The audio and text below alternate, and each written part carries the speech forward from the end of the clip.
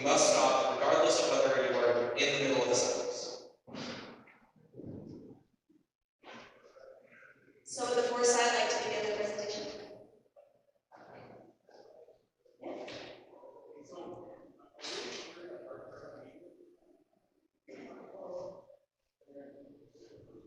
I'm sorry, I didn't hear you. I just wondered if we're going to talk about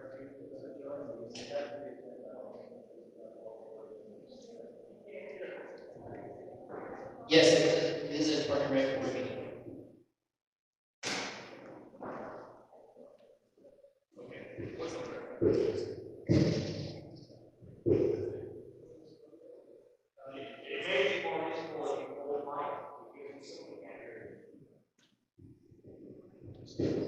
Okay, my question is, I guess we're in a park and rec board meeting somewhere, that's what we're doing, so. My name is Chuck Brandon, this is David Andrews, he's our general manager, Tuolumne City Center District, and this is Jake, he's on the park and rec board, and this is something we can so.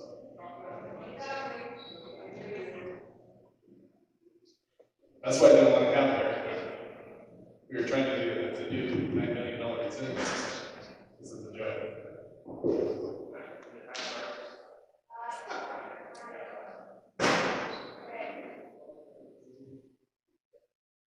All right, thank you. My name is Dave Andrews. I'm the general manager part-time for the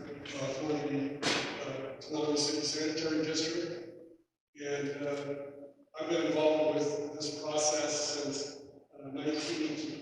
2016 when I started working for the board.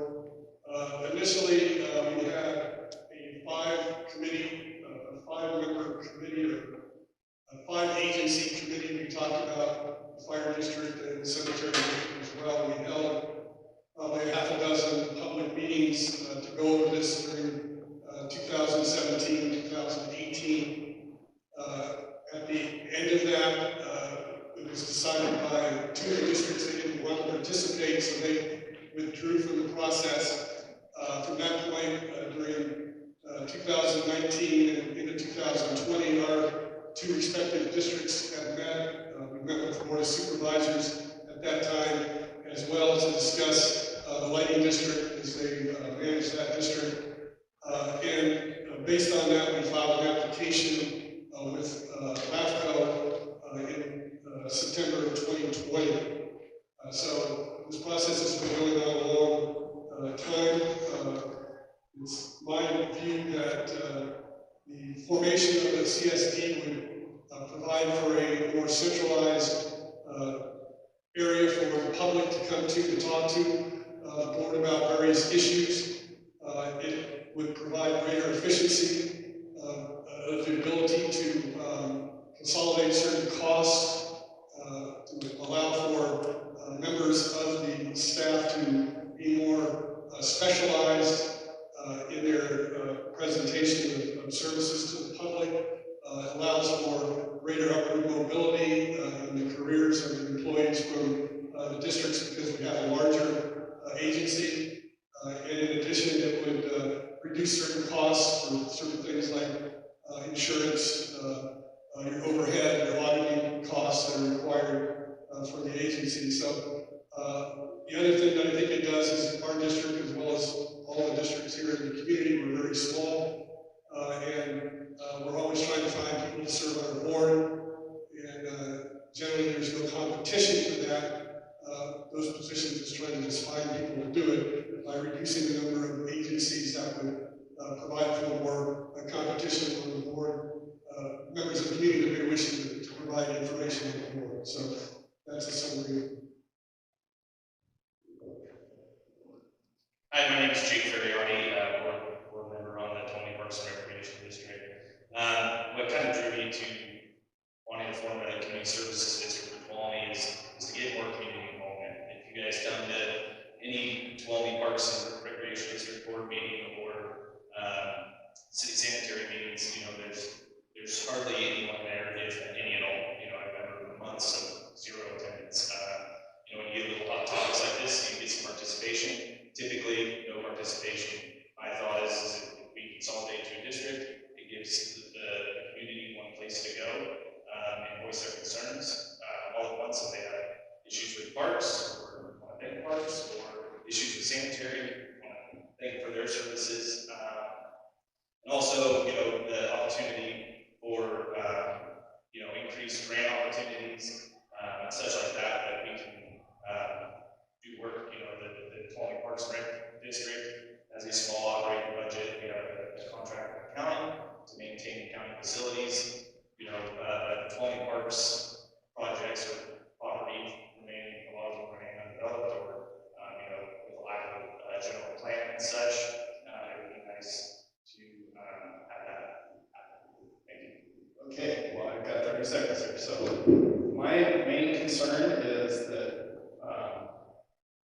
I'm not sure that everyone here is aware, but in the past, because of lack of participation from the public, there's been a lot of problems that arose, mismanagement of the districts. If anybody wants to know, it's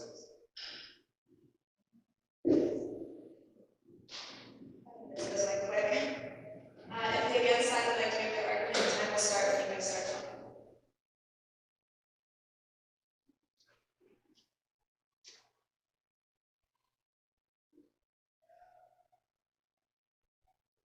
This panel is here to support Tuolumne Park and Recreation District to remain as an independent special district, operating since 1955.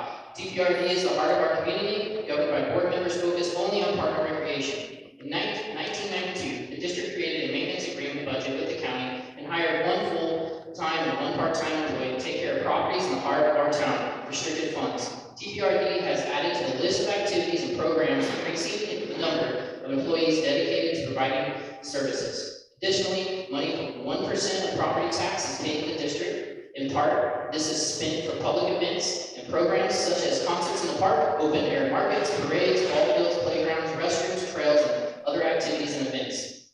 A CSD board would have control over TPRD's property, 55% of TPRD's budget, which pays for these activities and programs. TPRD would have to pay part of their salary to an expensive general manager, reducing the dollars that go to programs, having a negative impact on the TPRD programs.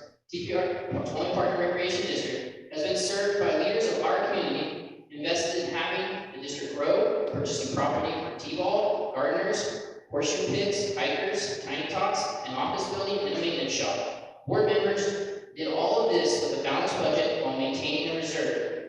As a member of the CSD, TPRD will share in other districts' liabilities at the expense of offering recreation programs. We do not want to reduce services, nor lose control of budget planning or properties. Furthermore, as a CSD, which is a bigger government agency, we will no longer be able to give donations, as we have annually to organizations such as Somerville High School RAD, scholarships, Somerville Elk Run, TPRD horseshoe tournaments, lifeguard training, swimming lessons, and pool vouchers for children. In its 68 years, TPRD has created and cared for the spaces that are integral to our healthy community, touching all of our lives. TPRD has maintained an infrastructure serving our community in times of celebration and times of distress. The Veterans Memorial Hall has provided a space for graduation parties, birthday parties, weddings, exercise classes, memorial services, donkey basketball, arts, antique fairs, Christmas shows, and so much more. Our town is thriving and has never looked better. Our reputation is that we are the nicest park in the county. We are proud of our town and what we have to offer. Thank you, Aaron. I'm Lori.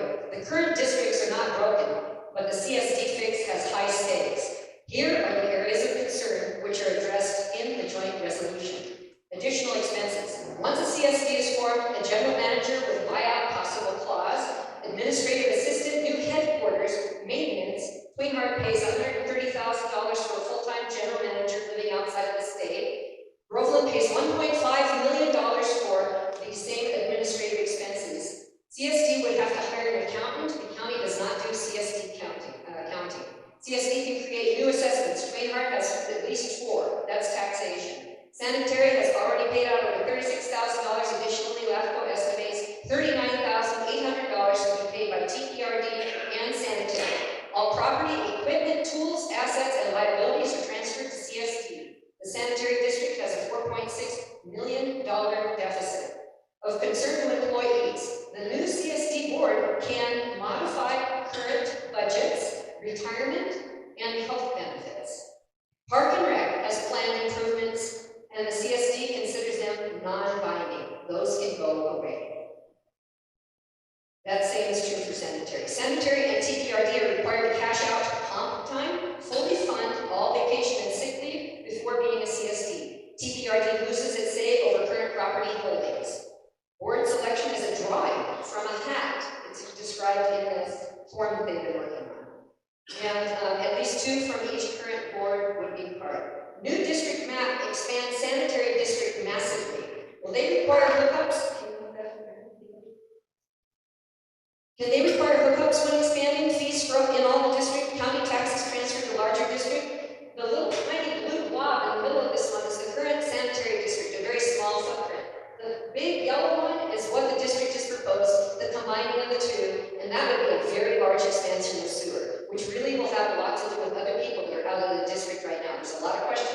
I'll stop. Thank you very much. Thank you. The next phase, I will be reading out the audience questions that have been submitted to the back. The first question will go to the foresight, and they will have 2 minutes to answer the question to the best of their ability, and the opposing team will have 2 minutes to answer the same question. And each team will get 1 minute for rebuttal. Questions will continue until the roughly 30 minutes remains for public statements. And there are a lot of questions submitted in the back, so feel free to submit some more. Have any.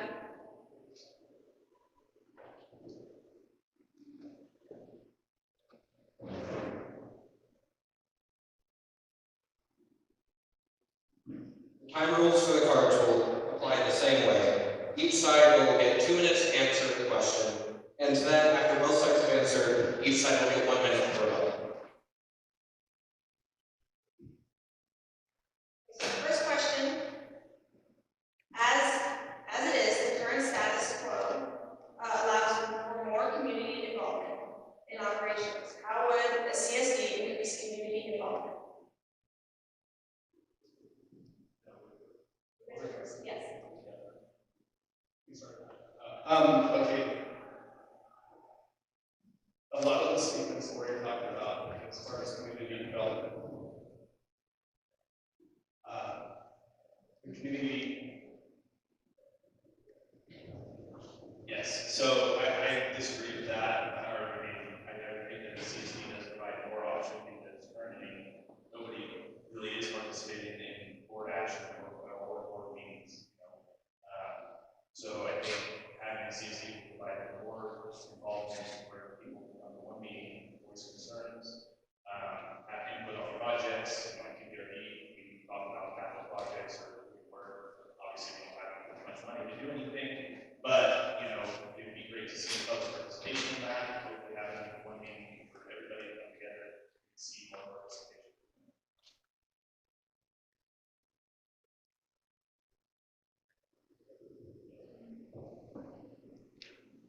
Yes, I've been a manager of the community services district, and you'll find that there's more active participation. It's sort of a sounding board for our community. They identify with the community services district as the entity to go to for local issues, and that's what it's there for. Just because the district is a single purpose doesn't make it better.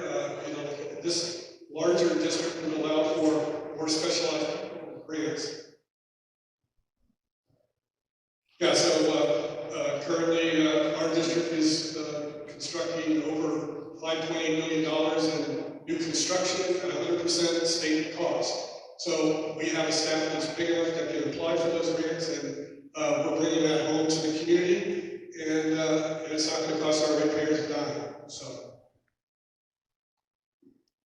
Okay, so like the against side that can answer the question? In the handout that we got at one point about the Community Services District, it states that in addition, the CSD can use advisory committees and other planning groups to involve the interested public to participate in planning and delivering programs.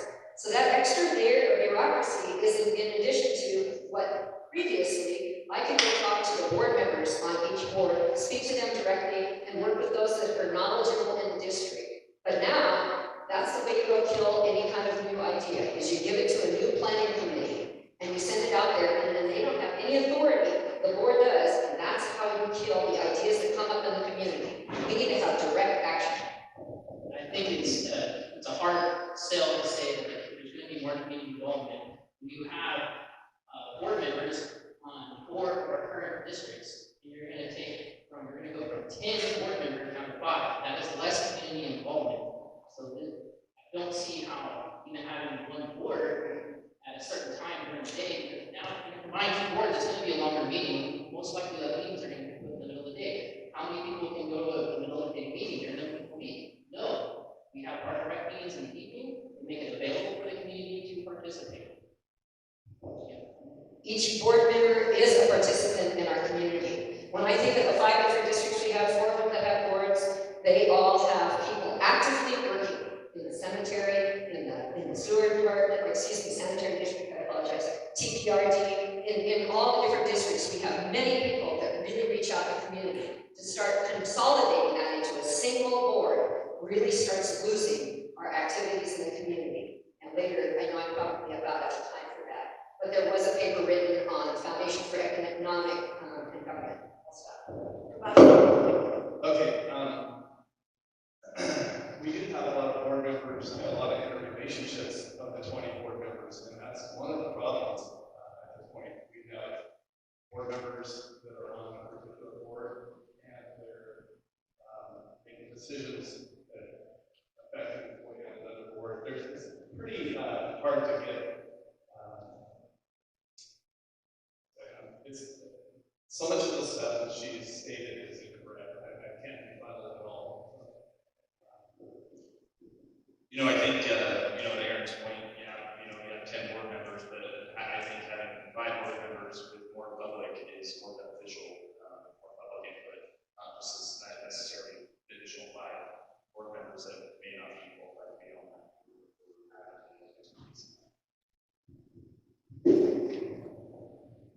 I would just like to comment that municipal planning committees. Okay, so this question will go for the against side. I would just like to say that with the staff that the Department of District currently has, with the girls that we have in the office. I'm sorry, we're moving on to the next question. Well, we didn't hear about Oh, that's right, I'm so sorry. No problem. You guys are about, We, one more time. Play more time, a couple minutes. yes, my bad. So the people that we have on staff at the Tuolumne Park and Recreation District currently have a lot of energy and enthusiasm for the work that they're doing. We currently began to do more activities by way of game nights, fundraising, and the like. And if you are outside at any given time of the day, during the week or weekend, you will see many more people coming and using the parks and the facilities than we've had in the past. And just by simply doing their job that we're doing, we've already increased community participation. I'd just like to rebut that, yeah, we might have worked with our community members sitting on 2 seats, but you're taking away 5 opportunities. You're taking away 5 opportunities at the end of the day. Please get involved. My information for anybody that wants to know was provided to me by the district and by this whole process. It's all documented here, so anything that I have to say can be backed up. Further, local government consolidation is not a panacea. There's evidence that Now we're moving on to the next question, and this question is for the against side. Would the Tuolumne Park and Recreation budget be affected by the merger, and how? 2 minutes starts when you guys start talking.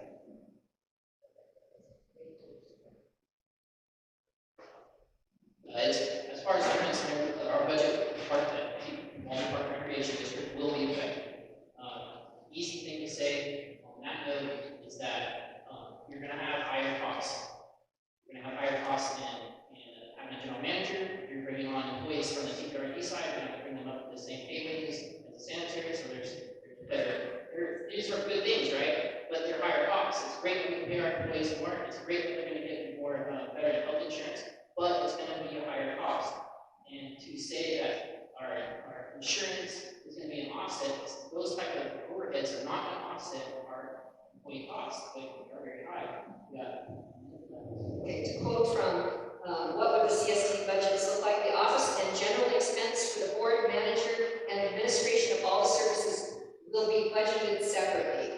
What we currently have is budgeted. This is a separate budget. That will start to take from the services that we are to offer in, for instance, TPRD. It's directly out of the documents that they would be budgeted separately as the administrative sense. In addition, they mentioned a separate facility. Every time there's a new CSD district, they're always clamoring for a separate facility, and that happens to be written right into this draft document.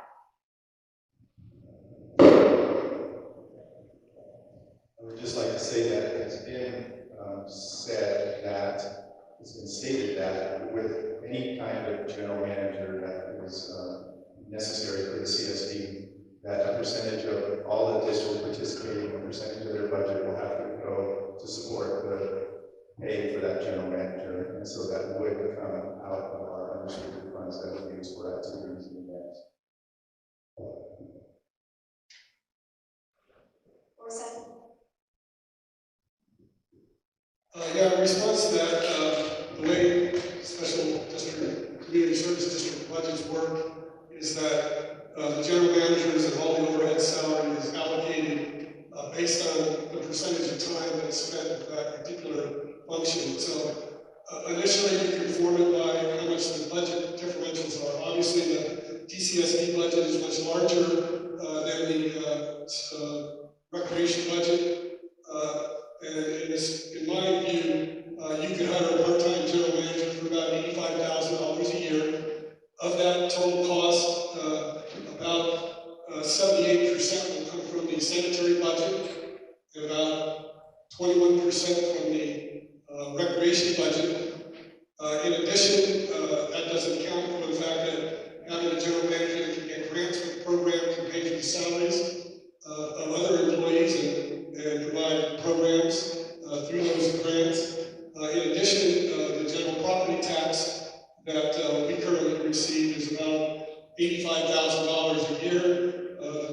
The recreation district receives about $172,000 a year, and the new board would have discretion over how they want to spend that money. So if they felt that that money should go to pay for overhead costs for the recreation district, it could be totally offset by the cost of just the property tax that our district already receives.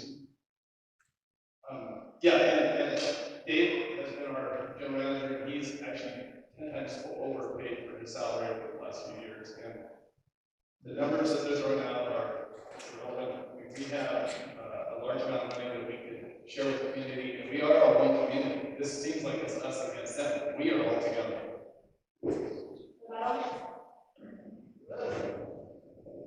We can't share sewer money, and they can't share specific tagged money from the TPR district.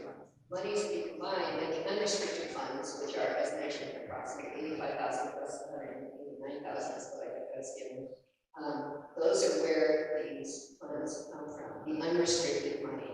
We can't take the money that I've been paying to since 1989 in the sewer district. They can't take that extra money and say, let's go buy property. So to continue on what Dave was saying, just throwing out a lot of numbers, and there's percentage going to come from here, percentage are going to come from there. Those are all, like I like to use the term fictitious. You know, in a perfect world, in a perfect board, the new board, is going to make all these decisions. Tonight we can sit here and debate and think and talk about the bad things and the good things, but it's all going to be on those new board members. Everything that is said here can change. I don't know how to defend it when they're telling something that isn't true. We have right now $830,000 of unrestricted money that I've been putting away from our tax money that as a sanitary district we cannot spend.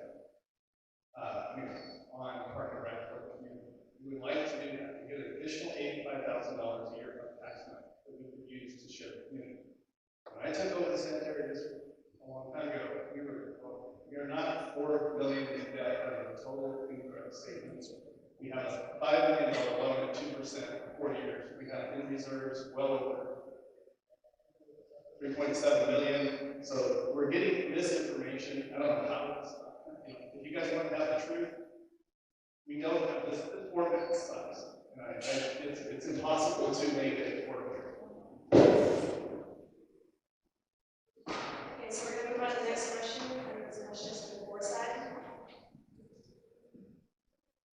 How can we guarantee that one district is CSD services the community as effectively as we currently have? Can you say it again? How can we guarantee that one district, a CSD, services the community as effectively as what we currently have? That's for the board side. Yeah, I think this is pretty simple. It's up to the board and the public to make that determination. Just as it is now, it's up to the public and it's open that it's boards to make that goal. And Derek keeps talking about more representation. We went for years with 4 board members. We couldn't even get board members. It's just crazy to have 20 board members in this community our size and have 4 board meetings. It's almost impossible to. I attend every one as much as I can. I do this and I've seen horrendous things. I don't think you guys have a clue how much money is lost because of these individual boards and what's done behind closed doors. We had a board that paid itself dental $4,500 a year for them and the families. Nobody does that. We have an agreement with the tribe that's so bizarre, we can't even believe, on certain services. It allows them a voting board member that was signed on Tuesday at 10 a.m. in the morning. There's so many things that have gone wrong in this community because of these individual boards and done behind closed doors with no public participation. I'm just begging this community, we are one community, and we need to get together and not have these individual boards and their individual agendas and what's going on. And what Lori is saying, most of her stuff is incorrect. If you want to know the truth, come to a public, come to one of our boards. I asked board members, Marty, and I'm going to ask board members to come to our board meetings and to go over the facts and what's true. And none of them have taken us up on their meetings. It's like they have their special little world that they're going to keep it. And it's not right. It's ruined to me.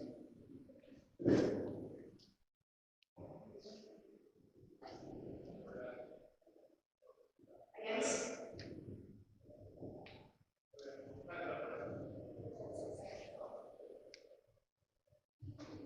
Would you mind to repeat the question, please?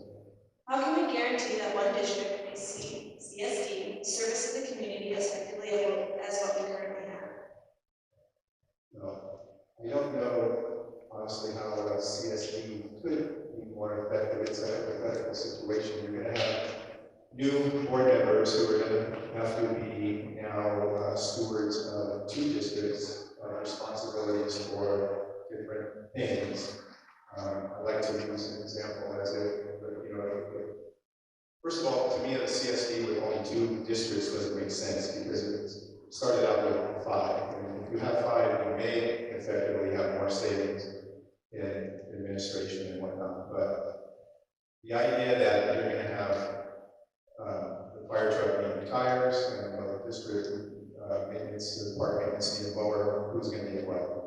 I feel like our board, with only park and rec interests at heart, has been awesome and effective for the last 30 years. We've made many improvements. We've developed many properties, and you can see that when you look outside, you can see all the people that come and enjoy the park. So There's evidence that improved government process, not consolidation, are the real driver of government efficiency. John absolutely rightly mentions that there has been abuses in the past, and if there are now, that the best way to deal with that is to work with those boards.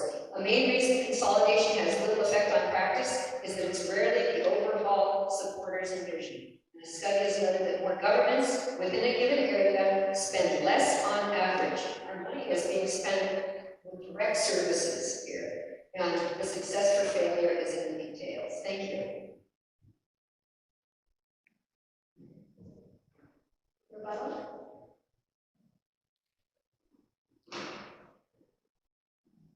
Again, I don't agree. I think if any of you come to a public meeting, you see what's going on in the park and rec. They're not as efficient and smooth running as they seem to be. I attend meetings, I find that we have a project going now with a bathroom. It was promised to be a 2-hole bathroom. It was a grant that was done in 2018. It was just activated after the fact that Groveland Community Service District called our district and asked them, why are you using that grant? Things are not running smoothly. We bounced checks at the park and rec less than 6 to 8 months ago because the district was able to maintain or didn't know how to apply for money once one secretary quit. There's a lot of things that are going on right now. You're getting a 1-hole toilet, not a 2-hole toilet. We're getting an amphitheater that we haven't seen plans for. A $79,000 toilet that didn't meet the quality design criteria.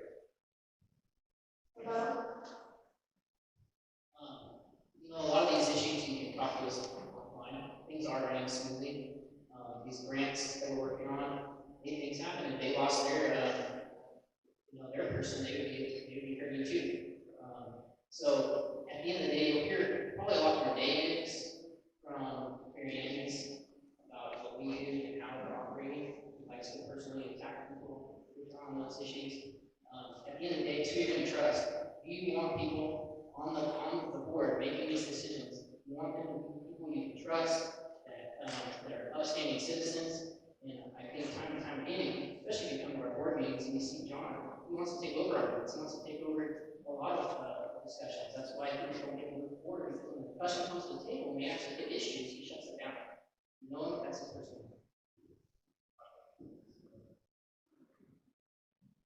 Okay, so this question will be for the again side. Will Jake Ferriani be applying for the manager position? Is that in any way a conflict? That's a question that should be probably filtered out. Yeah. Do you agree to that, Jake? Filter that out. The answer is no. Yes, filter that out. Approximately how much money is available from the sanitary district funds for parks and rec when the CSD is formed? Can you repeat the question? Approximately how much money is available from the sanitary district funds for parks and rec when the CSD is formed? It's for the against side. Wait. Okay, so then you guys got it. Okay, as I stated earlier, because of the unassigned tax money that we receive every year, we put it away in a fund. We also put away, because we have a general manager, we filed for COVID money from California. We received $229,000 in COVID funds. We put that in the fund. So at this point, we have $830,000 that's sitting in the fund that we can use for sewer stuff.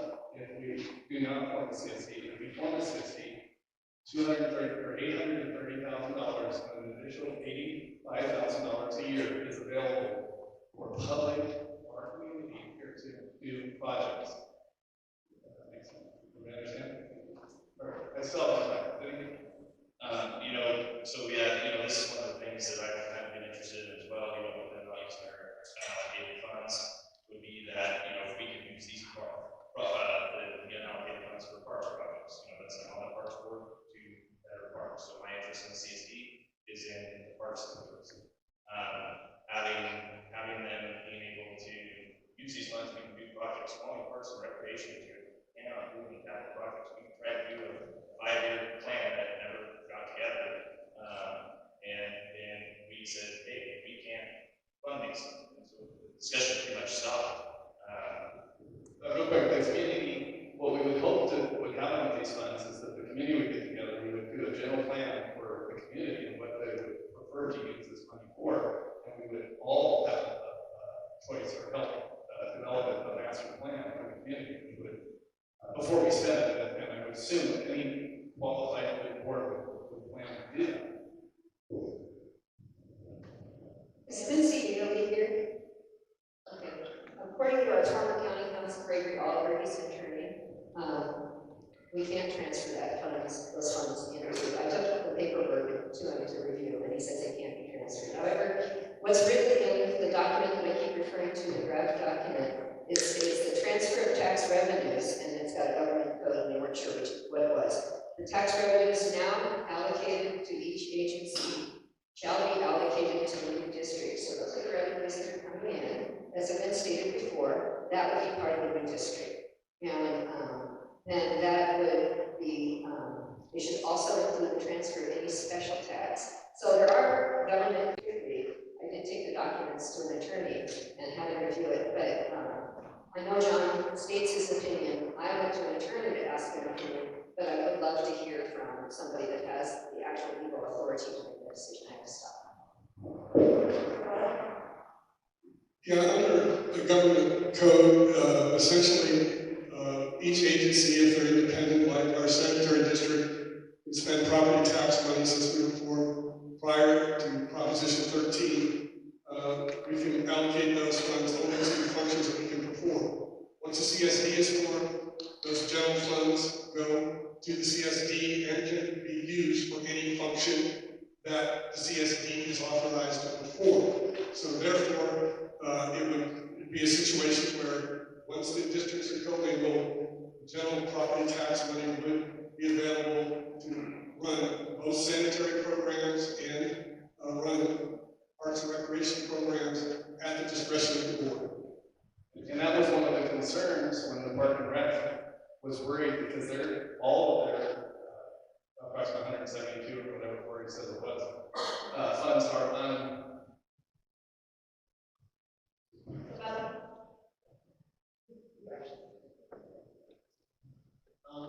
to make note that, again, that's going to be for a decision on how general fund money is going to be spent.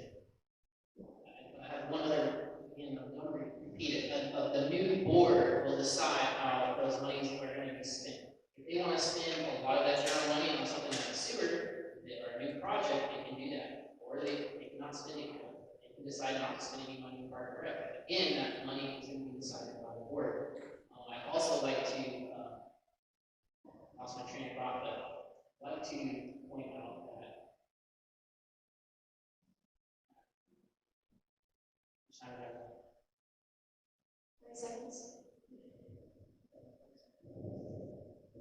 And on this, for the audience, we just have to agree to say, we really need to have, I wasn't given the specific government code as was mentioned there, but I also said the document that they wrote didn't have the code on either.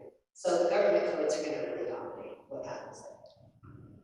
Let's move on to the next question. This question is directly for the team. Can you verify that the sewer district is in fact operating in a deficit?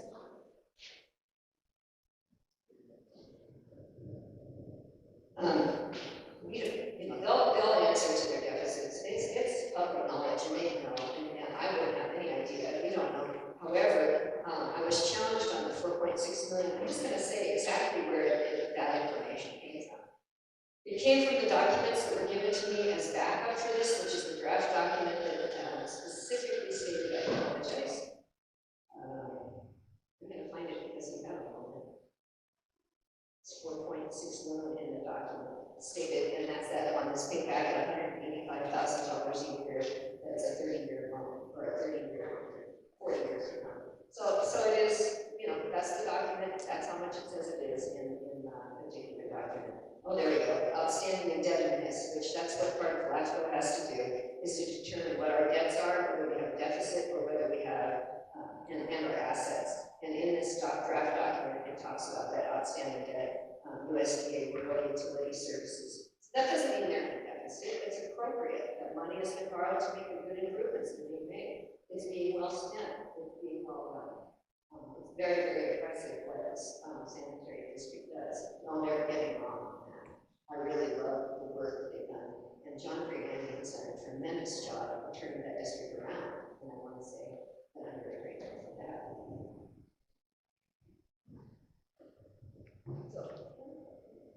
Okay, Ford? Yeah, just to clarify everything there, the district has a $4.6 million loan. That's the balance that's left on it.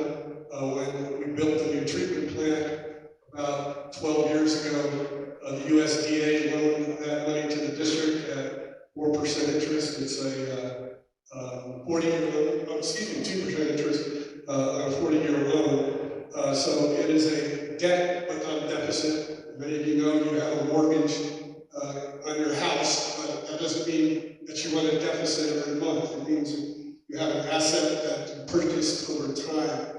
And it's appropriate to do that because the value of those facilities will last 50 to 100 years. So if you pay cash up front, then the current ratepayers will be saddled with the entire cost of that new facility. By paying out over time, as new people move into the community, they pay their fair share for those facilities. Just to reiterate, we have a current reserve of $3.7 million. We run an operating budget of about 1.4 to 1.6 million, depending on the type of year that we have. So our debt is appropriate for our agency. And as I mentioned, part of the reason why we don't we have the ability to talk about spending some of this property tax with the Parks District is because our new capital and construction is being paid for with 100% grant money, so we don't need to use those type of property taxes to support additional loans for new facilities.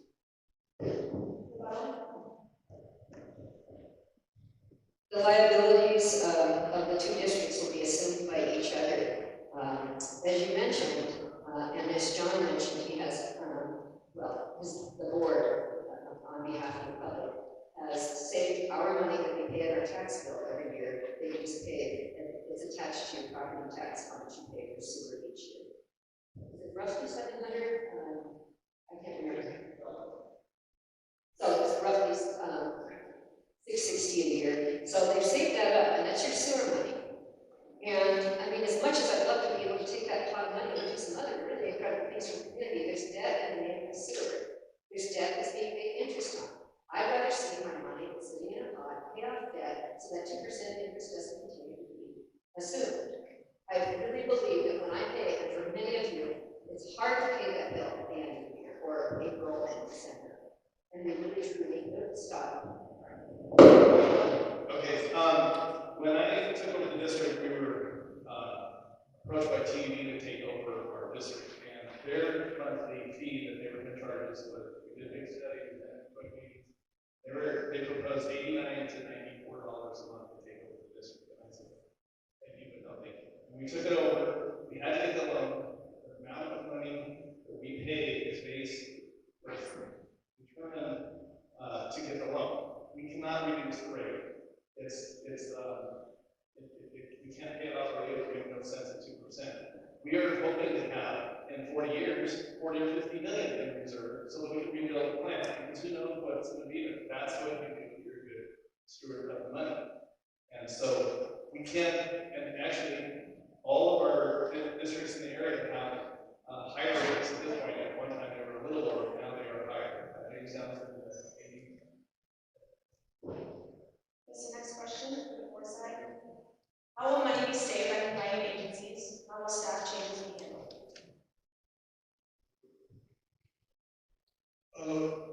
Some of the areas that you can look at for savings include the fact that you can consolidate certain positions. For example, you can cross-train personnel to do different jobs for flexibility within the agency, because you have more staff members to be involved in those activities. Particularly on the accounting, administrative, auditing side, each agency is required to do annual audits. Those can be combined to save money. So there's a host of areas that you can look at in terms of where we can save money by consolidating, and it provides growth for the employees as well, as they'll learn new jobs and be more valuable and provide better services. Yeah, one thing that kind of I think helps is being able to cross train as well. So if you do lose a staff member or somebody wants to take vacation, that staff member can assume those roles and responsibilities of the staff member on vacation or sick leave, or due to being fired or lost.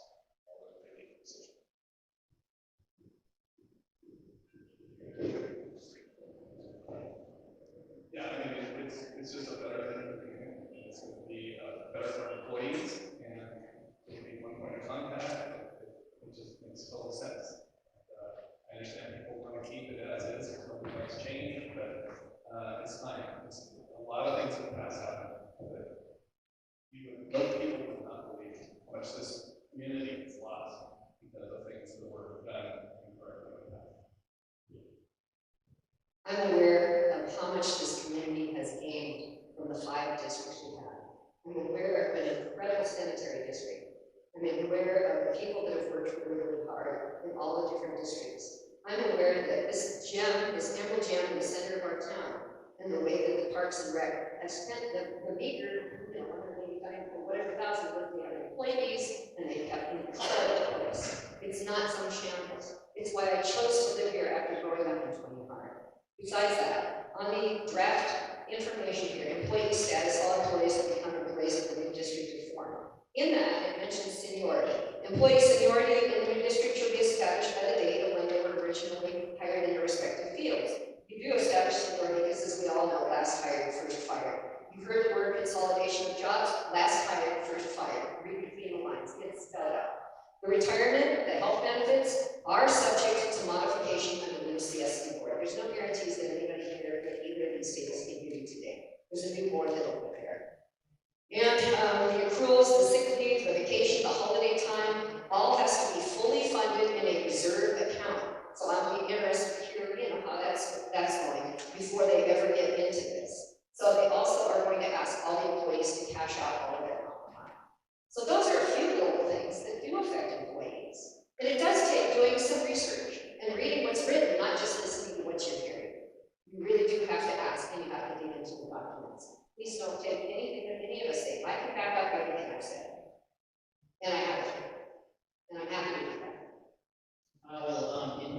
It's the will of the people, the will of the community. We have examples of, just had a Miller, 65 came back no, 3 came back yes, 5 questionable. We have a page online.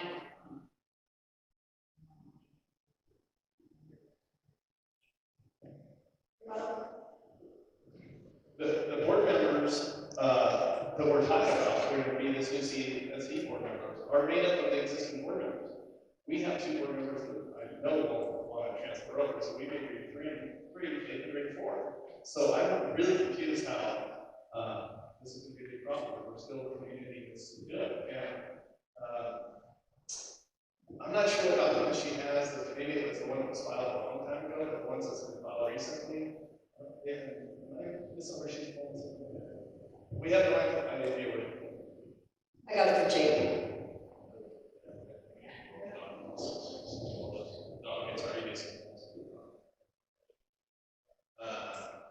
One thing, I believe in the documentation we provided, there was that any employees coming to and from, they can choose if they keep their existing benefits or not.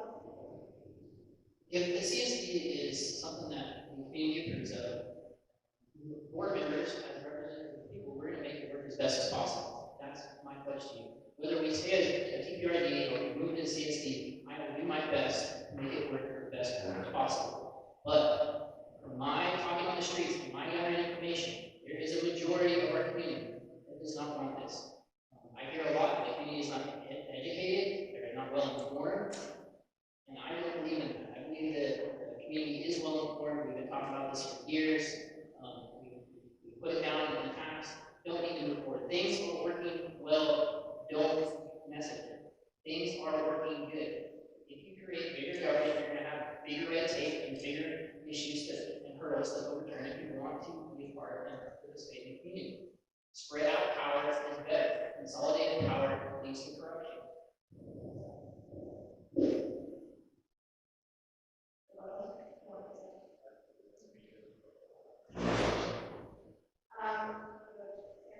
Please explain what the lighting district is and who represents it. No problem, I was on the board of supervisors. The lighting district is a certain percentage of money that goes to for Tuolumne's lights that are in there. And for instance, the board of supervisors at the time would get a call and say, everyone, we really need the lighting in our area. And so it came to us, and then I started making the calls, working with PG&E, and then brought it to the board of supervisors to vote that they would get the light in that district. It was long and it was laborious, it was a pain in the neck to do it that way. But the money currently is going to the board of supervisors. I like the fact that you asked the question, because here's the question I have about that. If they incorporate the lighting district, the way this is lined up for the board of directors to be put their names in the hat is, if that's considered one of the districts, it says that each district has to have at least 2 on the current board. Does that mean we get 2 board of supervisors now? It will be a question that needs to be answered. If they take the lighting district, and if they do take 2, at the minimum of 2 from each board, and they put them in this hat and they draw them to get their new board, it could potentially give us 2 board of supervisors on our local board. I'm really excited about that. I would speak to the lighting district really needs to come back into local control. We need to make board out of that. That is not happening. So if we want to talk about good CSD consolidation of districts, it would be lighting, recreation, and the cemetery. All those are similar activities. Sanitary is not. So, the second. Sanitary is a utility, and one of the problems that I have is the difference between utilities and how utilities are run, and part of the grant is how part of the grant is run. Thank you, that's all. Please explain what the lighting district is and who runs it. Okay, the lighting district is now run by the board of supervisors. It is your tax monies, our local tax money. For years, I would go around in October and walk around town, and I would find 13 to 14 lights that were out, street lights out, and I would call the county, or the gal down there that handled it. She would call PG&E every time we replace the lights. Thank God they've changed the LED lights now. Their budget is $35,000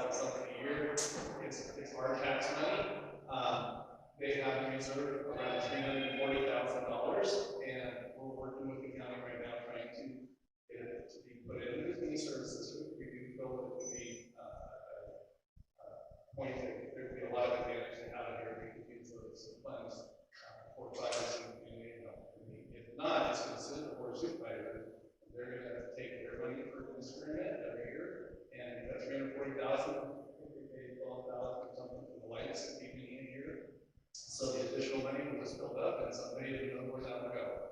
I think it'd be great to get it back into a CSD with local control, with a good quality.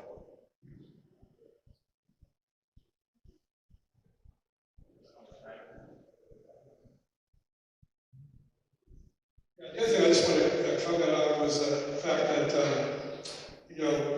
GCSD and the TPRD do have a lot of common elements. One, we're both covered under the state law, we're public agencies. We have employees that maintain facilities, so does the parks. We operate equipment, so does the parks. We manage taxpayer and ratepayer funds, as the parks does. We provide public services. We operate under the board. I might be overstepping my boundaries, but I've talked to Deputy Batista, our tax representative of the county. It's highly unlikely that the lighting district would be given up to the CSD. Now, at the end of the day, LAFCO makes that decision whether we get the lighting district.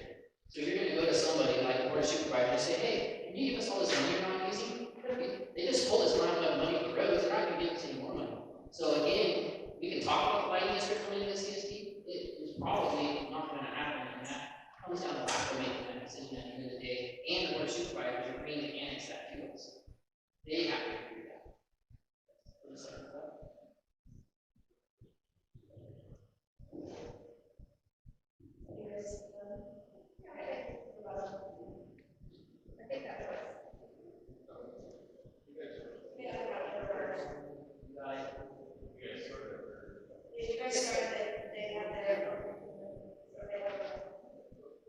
Okay, so the lighting district, we are working with them. It is a board of supervisors decision.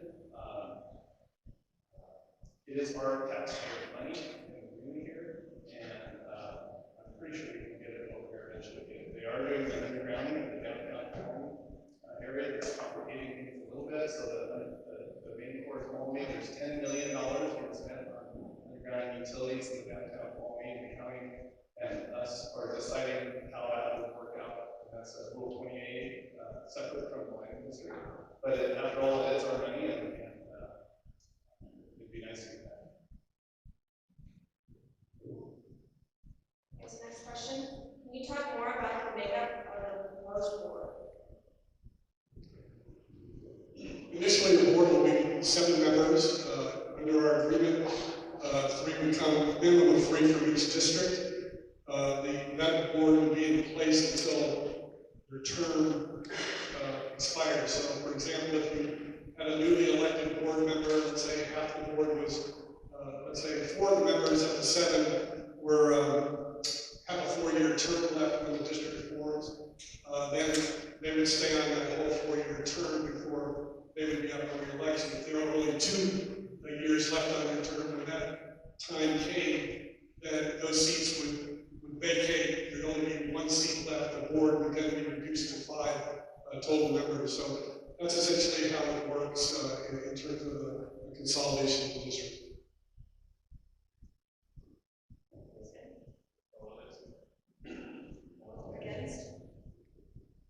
Just simply wondering which document laid out the 7 board member. Just wondering what you're referring to. Our agreement between our 2 districts. The 2 signed ones that happened during COVID Yes. on June 2020. Well, yeah, by the way, the signed agreement happened during COVID when none of us knew the board meeting on June 2020. We have copies of that signed agreement. Well, according to the draft document over here, it does talk about drawing names out of the hat, quote unquote. So, the draft document from LAFCO that's prepared, they've got an idea. Apparently, from signed agreement, we have 2 boards. LAFCO makes the final decision. LAFCO makes the final decision of all what we're talking about tonight. The new board will make future decisions, whether good or bad.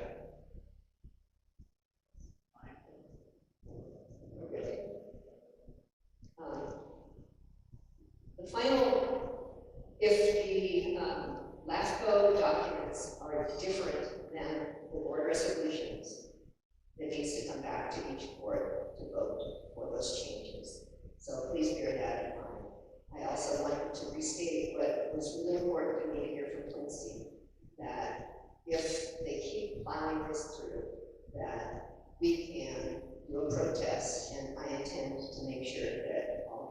over getting that done. And then we can ask for it to go to a vote in the public. If this public had a majority vote, if this majority had voted for it, I'd be here helping you reorganize. I don't have a problem. There's been evidence in the past to actually get this to the ballot, because this should be your decision. But talking to Debbie Batista, will not go to ballot because our districts are different.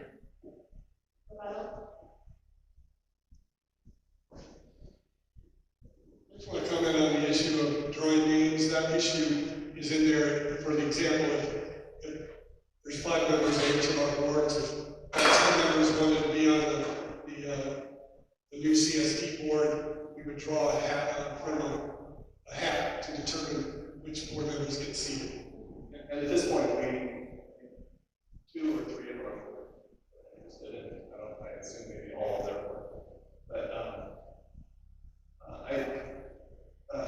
what Lori is referring to, I guess, that was done 4 or 5 years ago, and since then there's been a lot of upgrades and stuff, and there's been a study that was done by LAFCO that we purchased, and probably more accurate, where to look for information that explains how the district. I think that argument was when fire and cemetery were possibly going to be all of this CSD. It's a draft on final document. It's dated 2020, so this is fairly new. Not sure. July 15th, There's a right to the board. 2020. And there's a right of termination in here, again, I'll read it, in the event the plan and the terms for the proposed consolidation, as you're hearing, they've had major changes since they put together their proposals. And any party has the right to withdraw from or modify its support of the proposal of consolidation. And I highly recommend that if the sanitary district isn't going to do that, the TPRD considers withdrawing from this particular proposal. Really, we need to hear from the public.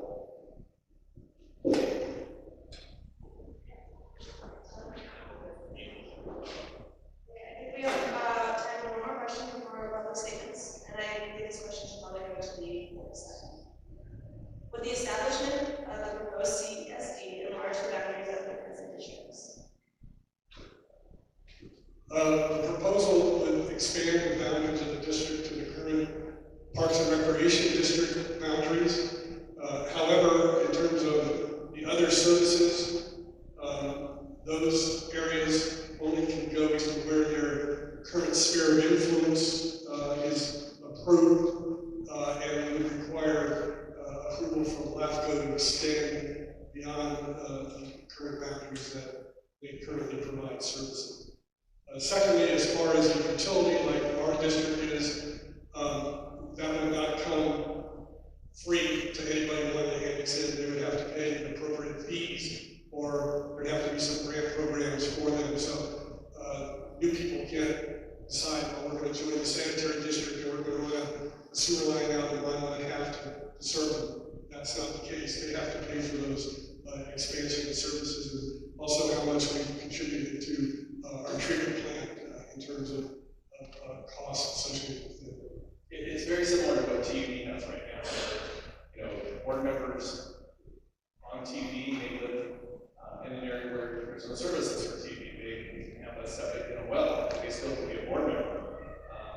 And so the boundaries will expand out to the size of the Park and Rec district, but the lighting district and the sanitary district will have the existing district boundaries, and they can be enlarged, which they could be at this point if we kept it separate. So there's no, they're not going to increase, or people in the outer districts are going to be able to put it for free. But it is similar to what TUD has, and they provide certain water stuff, and board members, like I say, still get something in the water. Against? You could have a situation where, let's say, out of the 5 board members of the CSD, let's say they're all out of Ponderosa. They will now be making decisions on your sanitary in Tuolumne. So you could have 2 people in Tuolumne, you could have 2 people in Ponderosa. Those 2 people in Ponderosa don't care if your sanitary needs to go up, or vice versa. So that's a very big problem when we talk about combining the CSD. Sanitary is different. Park and Rec. It's different than like, it's different than the cemetery. It is a monster in itself, like Tuolumne County PDU. We do not want this liability anywhere else other than with the sanitary. I also feel strongly that sanitary arguably is very, very low and has valuable reserves. They have debt, but they know that they'll have income to be able to pay off, and that's all they're responsible. TPRD has provided us the gem and center of this town, and the heart and soul, and the activities and the events that make us humanities. It's hard to get warm and fuzzy about a sanitary district part, but bless your heart, you guys are good at doing that work. We really, the funds are so well used in TPRD, and well used when James is here to turn on the heat at 6 in the morning, when he's out in the park, putting up a ladder during the flea market on the weekend. A general manager is not going to be here to turn on the heat, to mop the floors, to mow the lawn. All the people that are over there are doing work on their behalf, and that's what's made it so good. We don't need another bureaucracy, paying a general manager, and pay more administrative costs. Thank you.